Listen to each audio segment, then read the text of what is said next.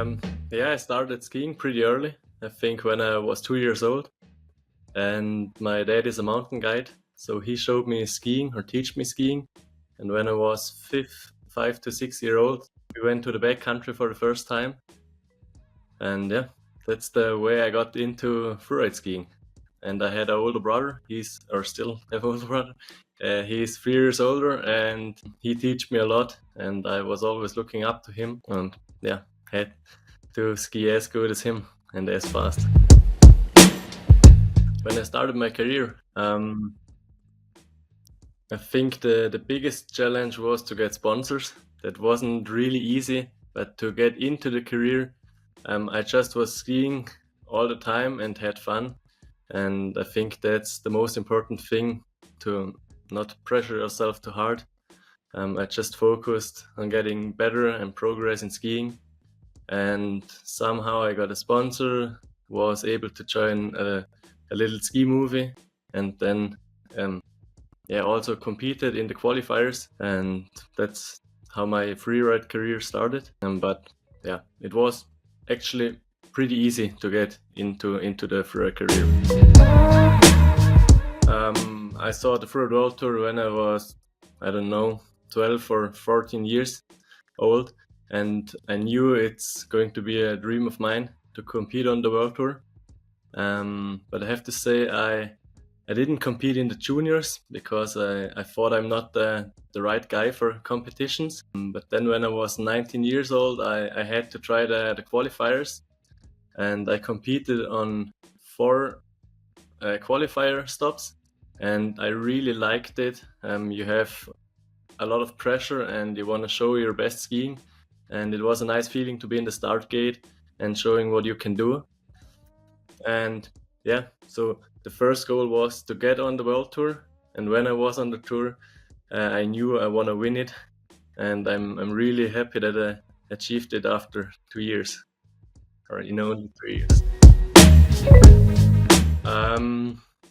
I grew up in Montafon, and a local guy, FWT, he was on the tour as well, so I looked up to him, and I ski a lot with him in winter now, and he showed me a lot of things, so that was a good part for my freeride career. I think especially Marcus Eder, he was on the tour, he won it, he's doing big film projects, so I think most of the kids look up to him as well.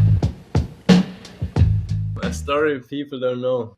Hard to say. There are a lot of stories out there that people don't know. But I think, especially in the competitions, people see me and I don't show my emotions. And in real life, I'm a pretty emotional guy. So I would say that I think this is the biggest part people don't see. And when I'm skiing at home, I'm really funny. I'm doing stupid things all the time. And I really want to show that more to the people, and I also want to say something like that to the people, because it's important to show that I'm not the ski roboter or freeride roboter. I'm a normal person, and I'm not able to show that really good in the television. But yeah, there's not like one story I want to tell the people. It's my personality. The most important thing is that you're physically ready, and I do a lot of training in summer. After the skiing season, I prepare with different kind of sports like hiking, running, biking, hike and fly, running up the mountain, flying down with the paraglider. So that's my summer training. And then before the season, I do a lot of special ski training, strength training. And I think if I'm physically ready, then I also feel mentally ready. So I don't train my mental strength. I just feel ready for the season when my body is ready for it. If you wanna be in the front of the field, you have to push hard and you have to be physically ready to do all of those big jumps and don't get hurt. I think it's still possible to don't train and still compete well, but to push the sport and progress, you have to train in summer as well, and especially the Freeride World Tour or freeriding is going to be on the Olympics in 6 years, so there are a lot of young kids coming up and training really hard to go to the Olympics, and it's getting harder from year to year, so we also have to train hard to stay good and also get better. Normally in summer I don't have a typical day or training day. If the weather is good, I just go outside as long as possible and do all kind of sports and have fun. If it's a whole day of flying on the mountain or hiking or biking, then this is my training. At the moment, I'm trying to do 2 trainings a day, 1 strength training and 1 cardio training. And beside that, I still have time to do like normal sports, paragliding or biking, but I want to do those 2 trainings a day. I started 3 years ago and I did it most of the time in summer. This summer I was paragliding nearly every day when I was at home, and I really focused on it, and it's a really good training because you can hike up and then fly down, and it's a lot of fun, funnier than walking down again. Yeah, it's really hard. It's what we do on the mountain is pretty automatically because we do it for a long time now.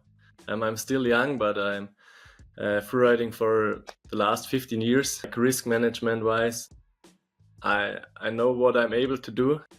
Every day is different, but if the snow conditions are good, your limit is higher and you can push really hard.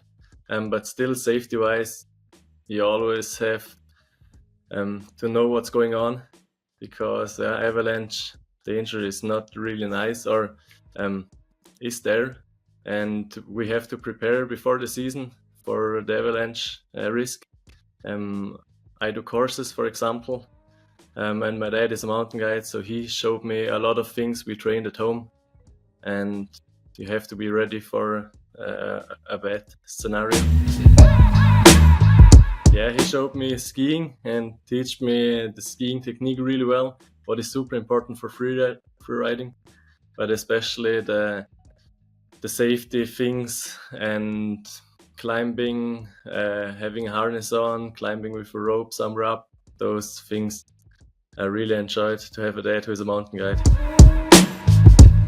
My brother was really good in skiing, in freestyle skiing as well, and he also had a chance to get a good athlete, but now he's still skiing, but not professionally.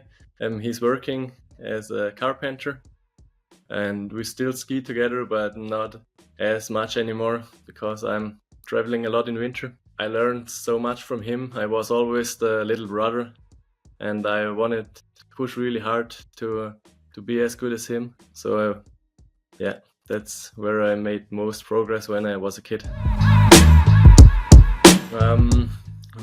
No, not really. I don't have any routines, or like I think they are just normal routines. We are waking up, getting breakfast, but not a special routine that I have to do before every competition. I try to be as relaxed as possible, and if I'm hungry, I eat in the morning. If I'm not hungry, I don't push myself to eat something. It should be a normal day, and I try to handle it as an everyday.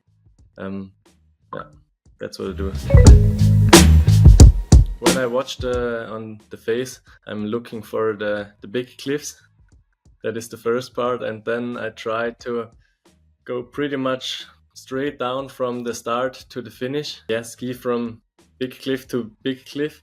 But I have to say, I always need a lot of time. When we are scoping, as I always scope with Valle, after 2 hours he is finished and he's ready with his line, and I'm still looking at all the features, and I feel pressured sometimes to be faster, but I think in the end I'm doing it right, because I'm pretty happy afterwards with my line choice. But I really need a lot of time to scope the face. No, if I have a plan, I don't change it at all. I always have one plan, and I always see this one line. But I want to see all the features, all the details on the face. So I watch really long, and I need a lot of time to think about it. But when I see it, oh, there's the one line, then I always go for it. Because I think the first line you see is the one line you also want to ski, because it's fun, and you should push yourself in something you don't want to do. At home, I don't train scoping, and before the competitions I never used a binocular, but you're scoping the mountain every day when you're up there, because you have to know what you're doing. In the training you're allowed to go into the face, so you don't need a binocular. If you can't see it, just go closer and then you're fine. I skied now like 15 to 20 competitions, and I think I now have the experience to scope with the binocular, so I don't train this. It just feels natural now. Yeah, I'm always trying to do something new on the venues we ski on. So also for the ones I haven't skied on, I know what the people before me did on the faces. So I'm watching their lines, and then I'm looking for something totally different. And on the venues I skied before, I tried to do that as well. In Fieberbrunn last year, I took the same one, but I really wanted to step it up a little bit, and yeah, it was possible, and I'm glad I did it. But I'm sure for next year I'm looking for something completely new. I think that's what I want to do on every face, and what I want to show, that there are lines people haven't seen before and haven't skied. And I really like the challenge to scope new cliffs, because it's really hard. Like the cliffs people jump before, you have GoPro angles, you have all the live footage you filmed. So it's really nice to make something new, because you have no footage of it, and it's a bit harder to ski then.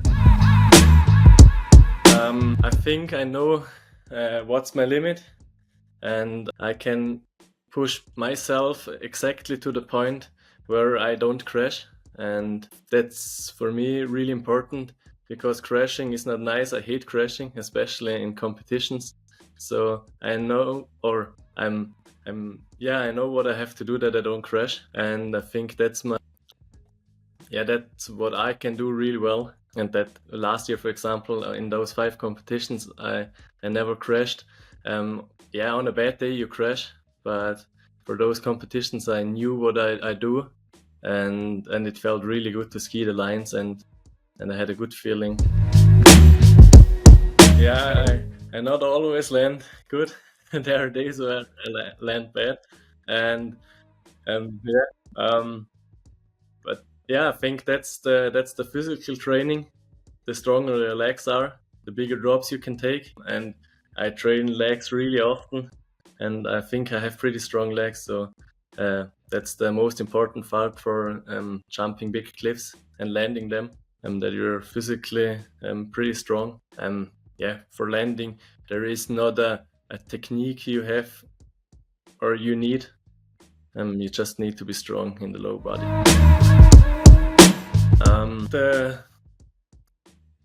Handling the pressure, it's not easy. Standing in the start gate and having all the pressure, especially if you're good and people want to see you like getting good results, or going for huge jumps, then it's getting even harder. But I think what's really important, that you know what you're doing, and that you're like, what is it called, the preparation is on point. If you know what you do on the mountain, and if you know your limit and you're not over the limit, then you don't need to pressure yourself, because you know what you do. and most important thing is still have fun on the mountain. And yeah. At home in the training, you have to push your limit, that it gets higher and higher all the time. So when I'm skiing at home and nobody's looking, I crash a lot of times. But these are the moments where you get better. You have to try new things. And if you don't crash, you're not progressing. So crashing is a big part of the game. And that's where you can push your limit. And in the competitions, I always try to ski with 97% of my skill range, so that I'm just a little bit under the limit, and then I know that I don't crash. Those 97%, they sound stupid, but in the end it is like, it just makes sense, because you remember the number all the time when you're in the start gate, and you know, oh shit, I don't have to go for 105% or 90%. I always try to go for those 97%. And that's how I know how hard I want to ski, or how hard I should ski to not crash but still get a good result. To be honest, that was the way to go for the last 2 years. But my plan this year is to have more fun and progress in skiing. So I think I want to go over those 97% and just try new things. And if I crash, then I'm fine with it as well. So maybe, those 97%, it's just a number, but I try to ski a bit higher at the upcoming season. If I'm not doing sports on the mountain, I'm doing sports in the city. I think being active is my whole life, and doing all different kind of sports. Yeah, I really like to be active and put all my energy out that I'm tired in the evening. So there are no other things or hobbies I do. Like, it sounds boring, or maybe not, but I have to do sports all the time. That makes me happy. One thing I bring on a trip. Yeah, I think it's pretty obvious that I bring my skiing gear because I need it. But like, a special thing, is there something? Not really. Like, I'm really happy if I bring my skiing gear, because I just need that to have fun on a trip. So yeah, it's not special to bring your ski boots. Yeah, last year I really wanted to win, and that was my goal, but the skiing beside the tour wasn't really good, and I didn't progress. So that's my biggest goal for this year, that I have fun on the tour and I push hard, but that I'm progressing beside the tour. And I also want to do a solo project, a film project. Yeah, because I think it's possible to do both things, skiing on the tour and doing a film project. And I really like to work for, like, skiing is still my hobby, but also a job, and I try to take it serious and do it as good as possible. So my goal for this year is to have fun, more fun than I had last year, and to progress in skiing. If you want to progress, you have to push yourself into new things, and that's going to be an important part if you want to learn new tricks, or I want to learn new tricks the upcoming season. So I have to push myself to try those, and even if it hurts sometimes, you still have to go for it if you feel ready. And I'm most of the time skiing the resort, and I want to get better in skiing lines out of the resort. So I have to hike more. Days are getting longer if you're not skiing in the resort, but that's how I want to progress.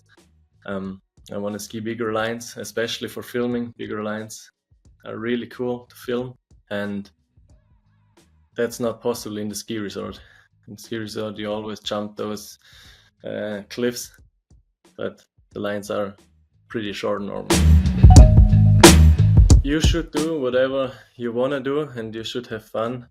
So that's the most important thing. Filming is a lot of work, and days are really long and exhausting. So if you don't want to do it, you shouldn't. Like, you don't need to make ski movies, but it's a really nice part, and it makes a lot of fun. And you progress a lot while filming, because you want to show your best. And if you crash or if it's not perfectly done, you want to do it again. So that's why I want to make a ski movie, because I think you get better every day, and you see what's going on. If the trick is or the line is not nice, you see it, and you have the chance to do it again. For me, the Freeride World Tour was a super start into the Freeride career, and is still really nice because I really like the competitions. It's nice to be on the tour with all the other people, but I think I also want to do ski movies. Yeah, it's pretty cool other side of freeriding there, but you can do so many things. If you like, as you said before, you can go on an adventure somewhere, in the wild. It's really hard to say where I see my career. I'm still pretty young, and I have a lot of time to ski and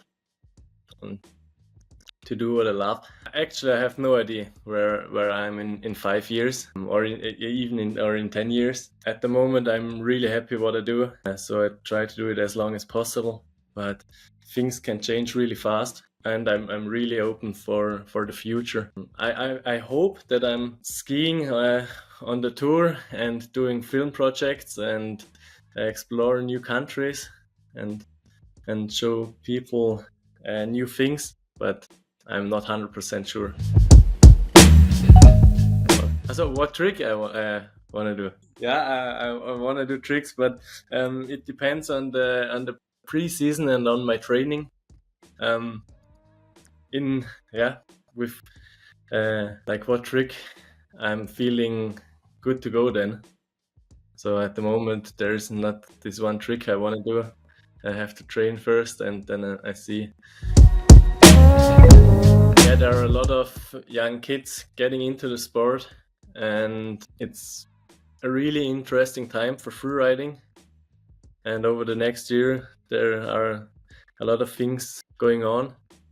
I also wanna play a role in this. I think I get a lot of messages from young kids asking for tips for competitions, for sponsors, for skiing technique, and my plan for this year or for this season is that I go out in my home resort with some kids, and maybe I just make Insta story and text if they want to join. They should be on the mountain at this day. I think it's really nice to show them what we do and what they should do if they want to do the sport and how they get better. So I want to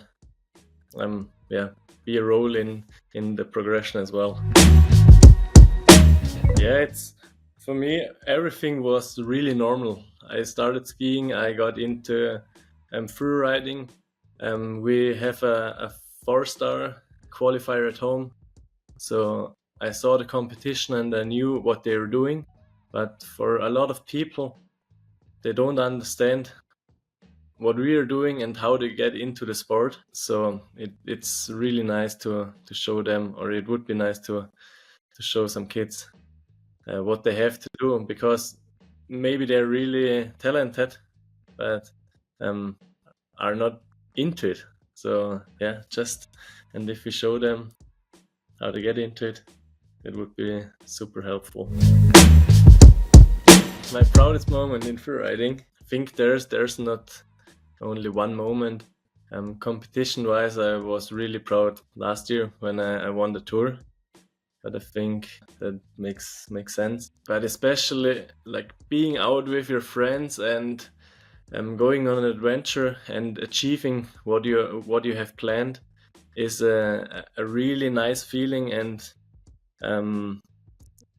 it is just cool when you prepare for adventure for a longer time and you make it possible with your friends.